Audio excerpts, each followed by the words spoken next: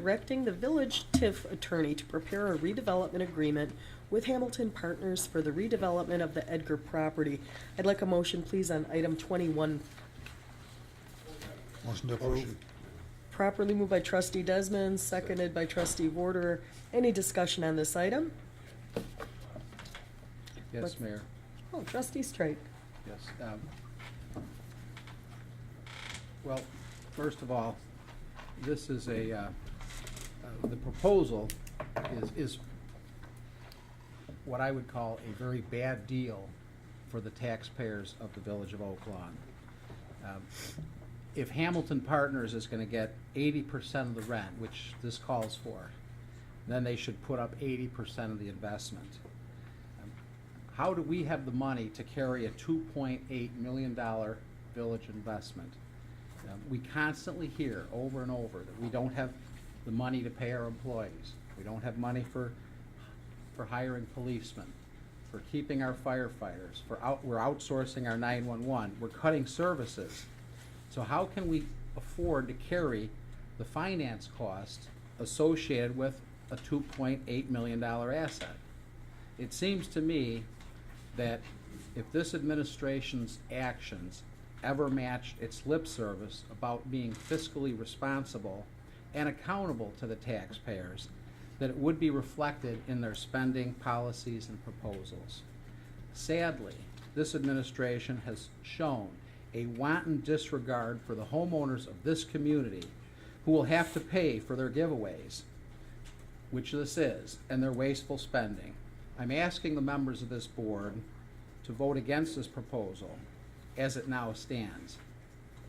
I'd ask each of you to remember that the problem with government spending is that sooner or later you run out of other people's money. We owe it to every taxpayer in Oak Lawn to stop the multi-million-dollar giveaways. And I ask a question of Mayor Berry and every board member here. Would you spend your own money this way?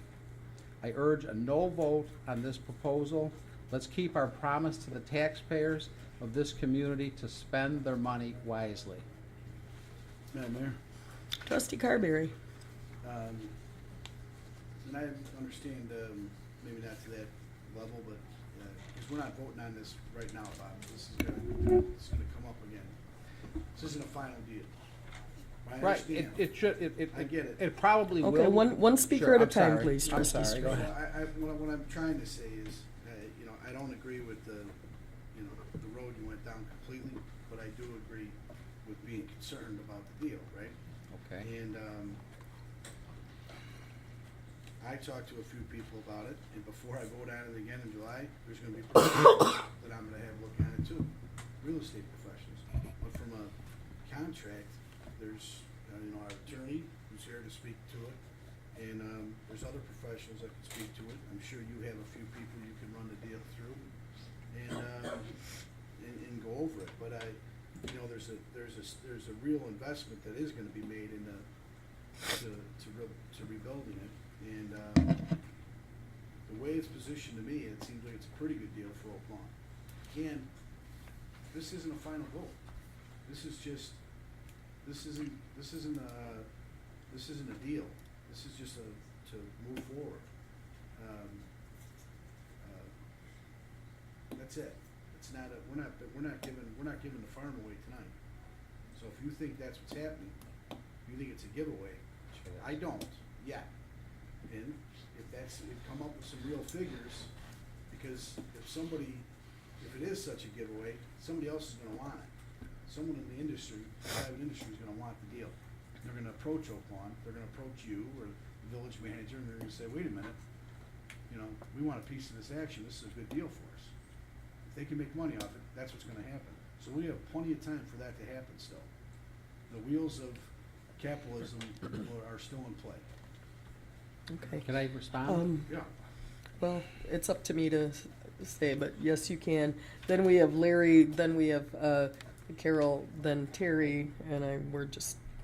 And I appreciate the fact that you say that, we're not doing the deal tonight, we're not giving away the farm, but quite frankly, if we didn't if we didn't have this discussion, this deal would be before us. This is exactly what it would look like next month when we would be voting on it.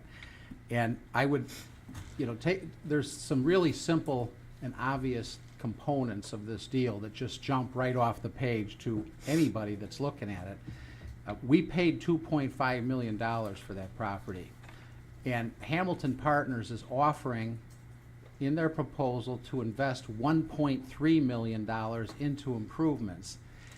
That includes soft costs.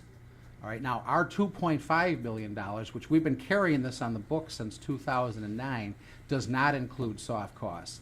So we have $2.5 million, and they're including 20% on their soft costs. So we have 2.5 plus, plus quite a bit more already invested in it. They're going to put up 1.3, and they get 80%, and we get 20. That just, like I say, that just jumps right off the page. And there's all kinds of the assumptions in the proposal first of all, I think they're wrong. A lot of the assumptions that are made, and we can debate those issues, anybody that wants to. But I'm going to tell you this, on its face, it's a bad idea for us to enter into a long-term agreement on this property, this particular deal, which they're talking about providing a medical use in the center, no sales tax, a couple of restaurants, which, by the way, I'll remind everybody, years ago, this was going to be a Gibson's. Great idea for the village. This is not a great idea. This is a bad idea for all of us. If it's worth $2.8 million, as the manager says that it is, then let's sell it for $2.8 million. It'll solve a lot of our problems right away. Okay, yes, Larry. Thank you, Mayor. And Trustee Strite, again, I like to be respectful up here, but this is a pattern. You don't have to. Trustee I will Strite, be I'm going to ask respectful. you to not interrupt the speakers once again. Thank you, Mayor. We've seen this week after week. I'd like to thank those trustees that take the time. The way the system works, they get their information letter and their agenda on a Friday. Now, it was a holiday weekend, 4th of July. Most of the trustees were able to make the parade. They were there. Someone had a question about any public policy, the agenda, they certainly could talk to me because it went to them on Thursday. Over the weekend, they could have spoken to me, and Monday and today. And I did get calls from trustees and asked very good questions. The first point I made clear, which my prior communication stated, that you were only being asked to move this along, very similar to what we did in the Committee of the Whole with Stacked. We had a discussion, I put on your till, this is a concept. Hamilton has given you a rendering. They've already had their architects draw and spend money to come up with a building that complements Stony Creek Promenade. And if the board likes to move forward, Hamilton's willing to work with our legal counsel and manager to come up with a proposed agreement, of which they would come before you as a board. It's a business decision. You would go over it in August. So you've got plenty of time to review this, and they'd be able to answer all the economic questions you have.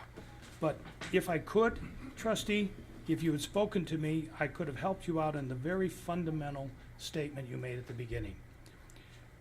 The investment is 100% being done by Hamilton through equity and through going to a private bank and getting a loan.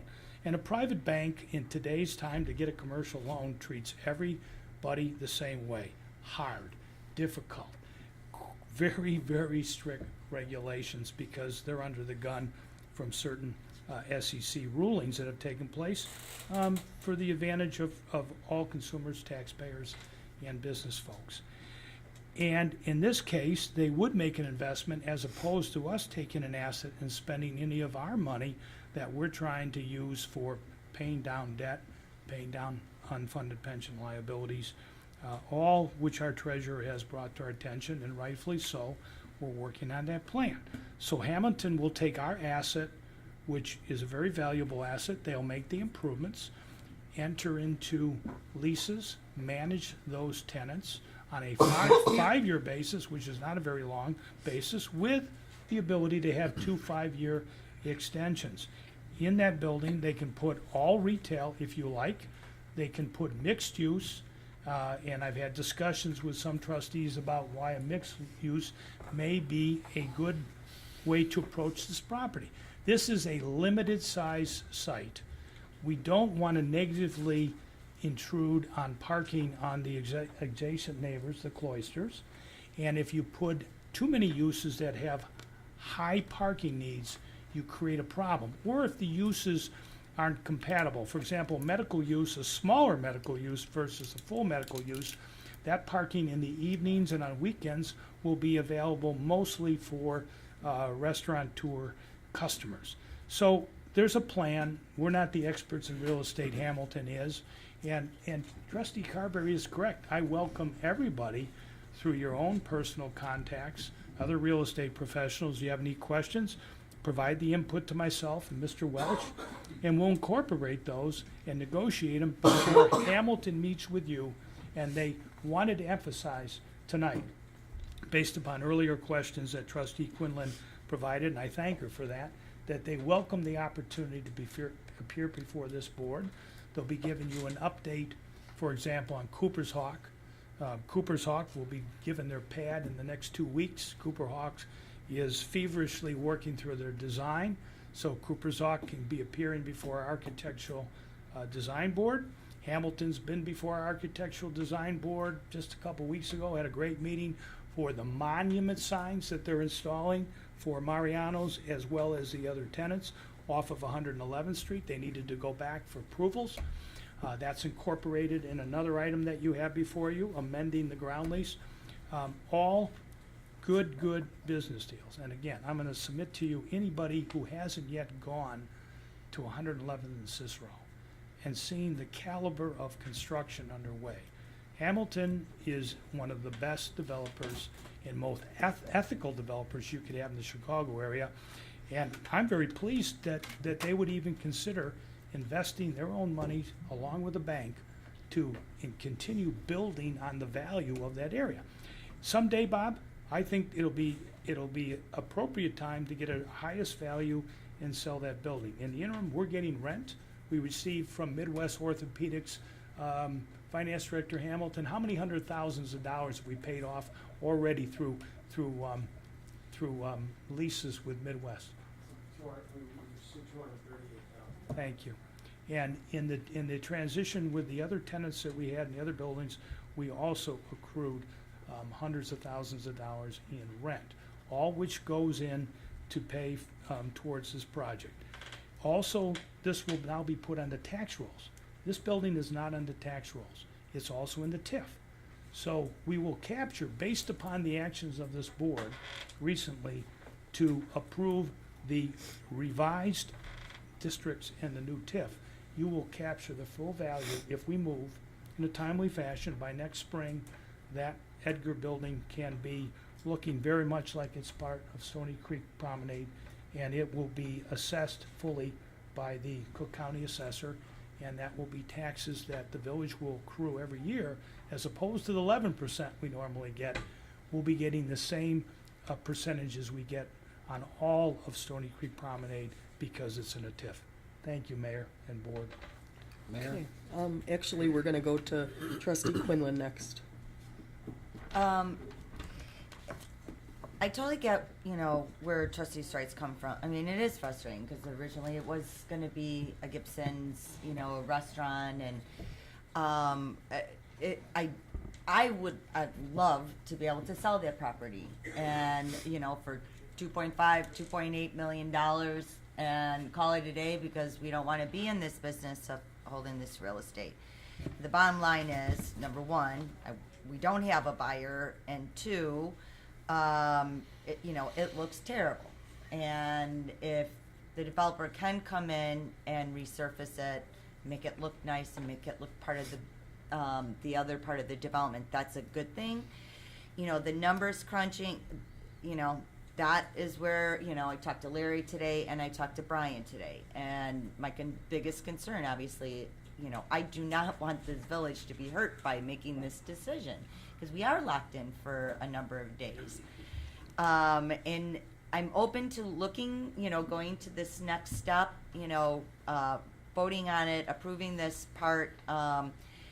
But, again, we just not, I don't know if Brian wants to speak to this at all, about Well, where the numbers are at, but. If I could before that, and it's very, very important, trustee, I didn't use the name of any specific restaurant that we would have brought to this site that came from trustee Strike. But I've had a discussion with each of you individually. I know. I am extremely proud of everybody in this organization to even be able to get the high caliber potential investors of a Gibson organization. That speaks highly of Oak Lawn. Now, the fact that they were competing with Cooper's Hawk, and we were fortunate to get Cooper's Hawk, that's fantastic. But both those restaurateurs who are highly successful, privately owned, when they visited that site early on in the stage, they said, Mr. Manager, until we see the full picture, until we know that you have other clients, we don't want to be the first one because this has insufficient parking. The amount of parking that would be what's called a cross easement agreement, so that anybody can use parking in the other lot in off hours, are extremely important to a restaurateur. So I don't want anybody to leave here thinking that Gibson's was gonna, come here No, and I'm locate a just, restaurant. They I'm would not have talking about that. I'm done talking about our They make a original deal vision every was One to at a have a time, please. restaurant. To have a restaurant there, and ideally, whatever that business or restaurant was, they would have bought the property, and we would have gotten a good price for it based on the fact that we've got a great development. Mariano's is coming in. It's going to draw a lot of foot traffic. So that's changed. But, like I said, it looks terrible right now. Obviously, something has to be done with that. Is this the best answer? I'm not sure that I know that for sure. Brian tells me, numbers wise, that it works. We can't leave it as it is. I mean, that's the bottom line. And will someone buy it? I don't know that either. So what's the best of? I would say, trustee, Case all scenario. good points, good questions. All I'm asking tonight is if Right. you authorize to work with Hamilton, we will be back to you in August. If you vote yes tonight, they're gonna spend more dollars and money and come and appear before you, and they welcome that opportunity. You can ask all those questions, and I'm sure at that point, you'll have all the information you need to make the right decision, which, bottom line, your only decision is what's in the village's best interest, and I know you'll make that right decision. Thank you. Trustee Vorder. I think the village manager's answered a lot of questions. I have a recall. At the time that building was purchased at 2.5 million, there was a vision, and it was just a vision, that was thrown out to justify that purchase price. I recall a motel across the street selling a similar piece of property, selling for $690,000, and they tore that building down. I remember thinking, how come this side of the street is worth $690,000 and that side of the street's worth $2.5 million? I think if there was any kind of misuse of the taxpayers' dollars, was purchase of that property. And now, this is just, I don't know where you voted on that, Bob, at the time, but I thought it was, we paid too much for it. Now, we now own this asset, and I think this is a way to recoup our hard dollars, 2.5, okay, on the long term. I mean, eventually we'll sell it, okay, but we have somebody else finishing a development, as Carol said, and I think it's, Yeah. reality is set in here today, and we're gonna vote on reality. Okay? Trustee And that's Vorder- because we got someone to do it. Mayor, if I could, the cash flow, I went through some of these numbers with Carol, but the rents make the value of that property worth about $1.5 million to $1.6 million. So the fact is, you're exactly right. The 2.5 that we paid, just like the other properties at 111th Street, we paid more than what the fee simple value of the land is. It's not, you can't base, you have to look at what the village is going to get in property tax and sales tax, obviously, but when you look at the value, the pure simple value of the land, it's not worth, I don't know where the 2.8, I mean, people throw these numbers around, but we bought it for 2.5. Bob's exactly right, but it's worth probably about $1.6 million. Thank you. I'm going to turn the floor to Trustee Straight, but before I do, I want you to also address Trustee Straight. You were talking about wasteful spending. I really want to know what you mean by that comment as well, okay? So Yeah, I'll let you okay. have the floor for a Well- minute, and Well, thank you. I really do want to address that. But first of all, it was the manager who has, first, he has written, even this week, that property is worth $2.8 million. Isn't that correct, manager? Well, I hope, Mr. Strite. It's a simple question. It's Did you say probably it's worth worth 2.8? millions of dollars, as your finance director just pointed out. The mere fact that you approves the TIF and the property generates no property taxes, guess what? That in property tax alone, 23 years times well over 100,000 is gonna generate over $2 million. Then you have the sales tax, and I can go on, and then you have the acquisition price, which you're fully aware, the village's goal is to sell Stony Creek Promenade, probably in phases, and I suspect the highest and most likely builder will be the institutional purchaser of Phase 1 and Phase 2. That's pretty logical, that would be the one who'd have the most interest, and I think at the right time, the board will, again, be able to make a decision on that, trustee. Well, okay, so, but you actually have written more than once that the Okay. building. is- can you continue, please? I am continuing. Thank you. The building, you've written that the building is worth $2.8 million, and I think the truth is probably that it is worth significantly less. But I think when we base our decisions on false assumptions, which there are a lot here, dig into this, dig into the details, the suggestion that there's going to be $100,000 in property tax, and quite frankly, look at what it's going to throw, what the village's portion of that. The numbers do not add up, and so Madam Mayor. as far as the Just a moment. as far as the mayor's request for, let's talk about, she wants to hear about the wasteful spending, and really, there's a lot of wasteful spending around, that we have around here. Certainly, a lot of it has to do with this development.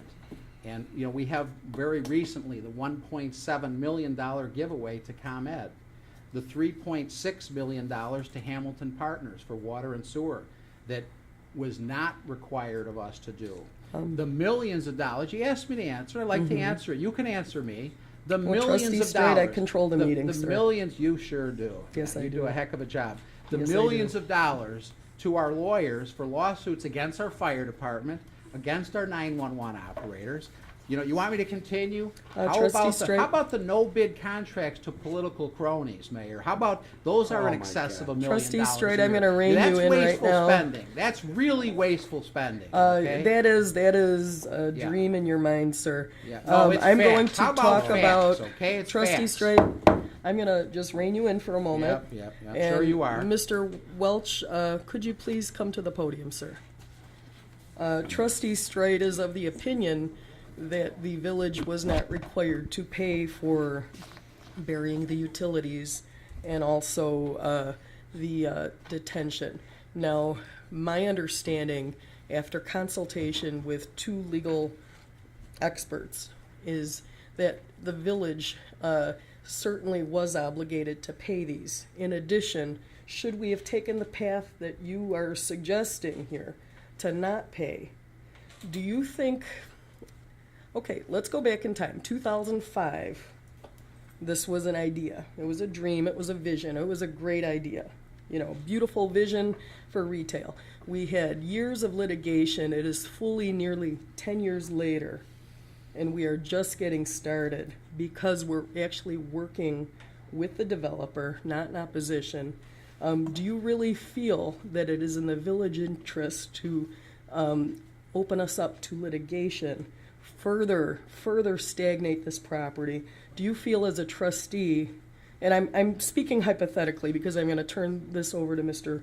Welsh, it just shocks and disturbs me that you repeatedly say this over and over, just for political purposes. It's It absolutely is, a fact, and Mayor. I'm speaking, sir. Well, why don't you speak the truth? I am speaking, Why sir. don't you tell the truth, Let the Mayor? record show that the trustee is not acknowledging the president. Mr. Welsh, you have the floor.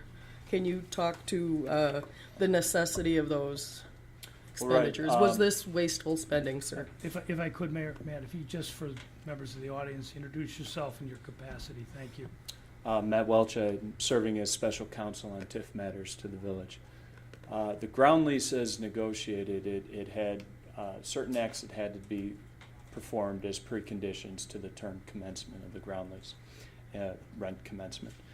Two of them were building the detention facilities and burying the ground lines. Now, there's been a lot of discussion that if they didn't happen by December 31st, 2013,